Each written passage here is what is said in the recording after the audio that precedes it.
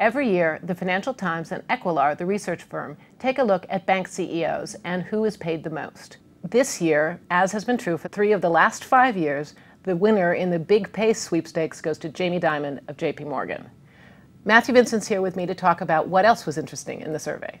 Yeah, I mean, the thing that struck me is the widening gulf between the US bank chief executives and those in Europe. You know, the Atlantic is pretty wide, but now the pay differential is getting quite wide. On average, a US chief exec will get about 20 million a year. For Europeans, it's nearer 11. But then we have these huge outliers. We've got Jamie Dimon, $27 million total pay. James Gorman, 23.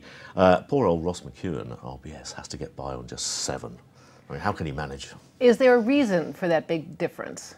Yes, I think shareholders will immediately say, look at the return on equity achieved by these banks. In the case of the American banks, it's more than 7%. In the case of the European banks in this study, just 2.9. So the chief executives have got to take credit for achieving these returns. You know, look at return on equity versus cost of equity, and you've got to pay them more. But really, does anybody need to make, what is it, 27 million versus 7 million? Certainly 7 million is enough for any banker anywhere. Yeah, you could argue that they haven't exactly, covered themselves in glory over the past few years when we've been doing this study with Equilar, and yet their pay seems to be creeping up. Jamie Dimon, more than 100% increase in total pay in the last year. And of course, that increase reflects the fact that the year before, for 2013, was the year he had his pay cut because they had screwed up and lost all that money with the London whale trading scandal. So I guess you do see Jamie Dimon's rising and falling on the system does show that there is at least some relationship between what the bank does and what the CEO does. But it still seems all a bit uncontained and completely out of control. Yeah, well, I suppose shareholders are beginning to feel a little bit uncomfortable with that, because we've seen JP Morgan shareholders, well, while not really sort of protesting in huge numbers, have certainly expressed certain disquiet about some of Jamie Dimon's pay arrangements. That is true. Actually, 40% of the shareholders voted against his pay in this last shareholder meeting. Now, to be fair, it wasn't the number they disagreed with. They did not like the fact that he was getting cash with no actual targets.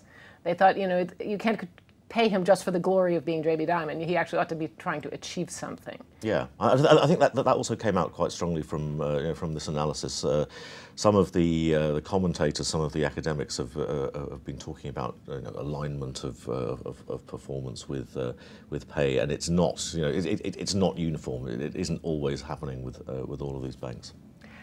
Do we think there's a trend going? Will the numbers come back together, or will we see the US and Europe continue to diverge? Well, some people say that the reason why Europe has fallen behind, if you can call so many million dollars or pounds falling behind, partly political, because obviously in the UK nobody could get away with paying the chief executive of RBS or Lloyd's a vast amount of money, while the government is still supporting these banks with its stake. So once that changes, once the government has sold down the stake, you could argue that we'll get more sort of commercial marketplace type pay awards. So perhaps Ross can look forward to a little bit more money in future.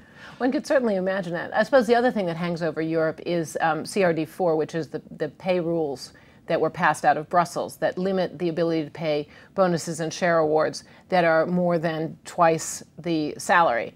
And there are, salary numbers, even for the Americans, are relatively low, and that's partly for tax reasons, that U.S. tax rules penalize large salaries, large being larger than $1 million.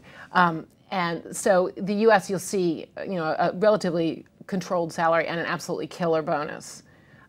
That's obviously not possible in Europe. That's true. That's another factor. And similarly, one of the things I didn't really realise, which came out in some of the analysis of these numbers, is that the bonus clawback measures, which have just been proposed in the UK, clawing back up to 10 years' worth of bonuses, is cited as a reason why chief execs should be paid more, because there's a danger they might have to lose some if they're found guilty of poor risk management or misconduct. With strange arguments, but it was put forward. You can see that. I might end up having to give some of it back, so I need to spend a lot of it now. Yes, exactly. And spend it on things that can't be taken back later. Well, we'll have to see how that plays out, because they've just proposed those rules. And so maybe it'll show up in next year's data. Well, thank you very much, Matthew. If you'd like to learn more about bankers and their pay, have a look at our interactive, which is available on FT.com.